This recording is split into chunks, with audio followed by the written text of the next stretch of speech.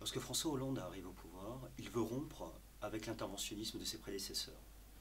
Il a la volonté d'avoir une vision idéaliste un petit peu des relations internationales, c'est-à-dire qu'il veut passer par la communauté internationale.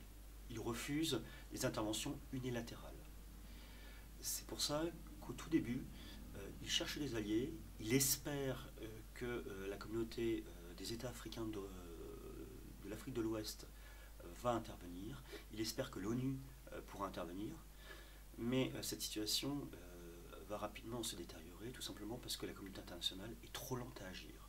Et le danger commence à être extrêmement important pour le Nord Mali et pour Bamako, pour prendre cet exemple-là. Il va donc s'adresser à ces experts civils qui ne vont pas lui proposer de solution. En revanche, les militaires, qui connaissent très bien l'Afrique, pour y être intervenus depuis une vingtaine d'années, pour la génération qui est actuellement aux manettes, lui proposent de passer par des alliés africains. Des alliés africains comme le Tchad, le Niger, le Burkina Faso, pour arrêter par exemple cette offensive djihadiste à Bamako. Et François Hollande, qui au début ne voulait pas passer par des États qui n'étaient pas très respectueux de la démocratie et des droits de l'homme, a décidé de passer par ce type de dirigeants. Il faut aussi signaler en dernier point que les guerres au Mali et en Centrafrique menées par la France ne sont pas des guerres voulues, ce sont des guerres subies.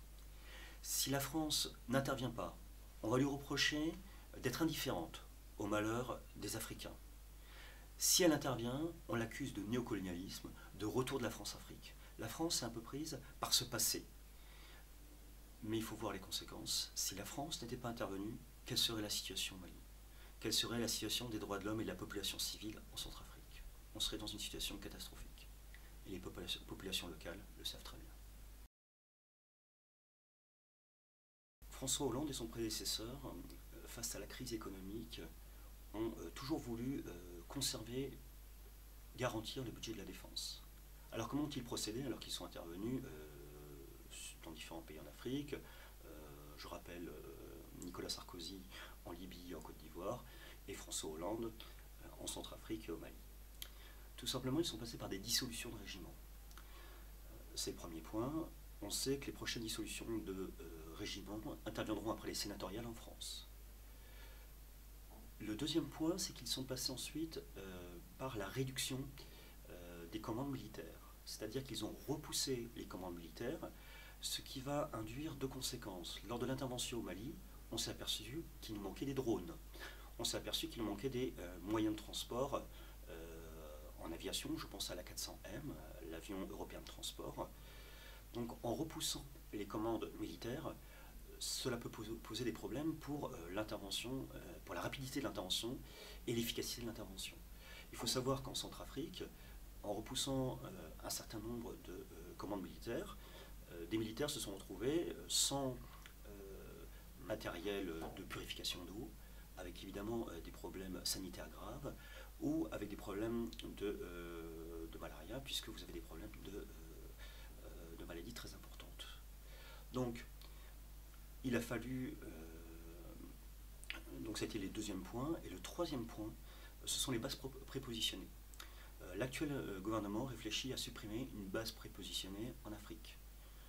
Alors, il y a deux projets, soit Djibouti, mais qui est quand même une base très très importante pour ce qui se passe au Proche-Orient et au Moyen-Orient, et notamment dans tout ce qui est au Océan Indien. La deuxième base qui risque d'être supprimée sera peut-être celle du Gabon. Le Tchad fait partie de ces États qui ont beaucoup d'influence dans la région, beaucoup d'influence sur leurs États voisins. Ils ont toujours essayé d'intervenir, tout simplement parce qu'une crise dans un État voisin a obligatoirement des répercussions dans leur propre État, à cause des ethnies, puisque les ethnies ne suivent pas les frontières, mais traversent les frontières. Lorsqu'il y a une crise au Soudan, il y a des conséquences au Tchad. Lorsqu'il y a une crise en Centrafrique, il y a des conséquences au Tchad, bien entendu. Donc, le gouvernement tchadien a été d'une très grande aide pour la France lorsqu'elle cherchait des alliés. il y avait très peu d'États qui pouvaient nous aider, qui avaient l'efficacité pour nous aider, qui avaient le matériel pour nous aider. Et deux États ont été très importants pour la reconquête du Nord Mali, c'est le Tchad et le Niger. Cependant, en Centrafrique, on sait qu'un certain nombre de mercenaires étaient dans les rangs de la Séléka, qui ont pris le pouvoir à Bangui. Ces mercenaires ont volé, pillé, violé la population.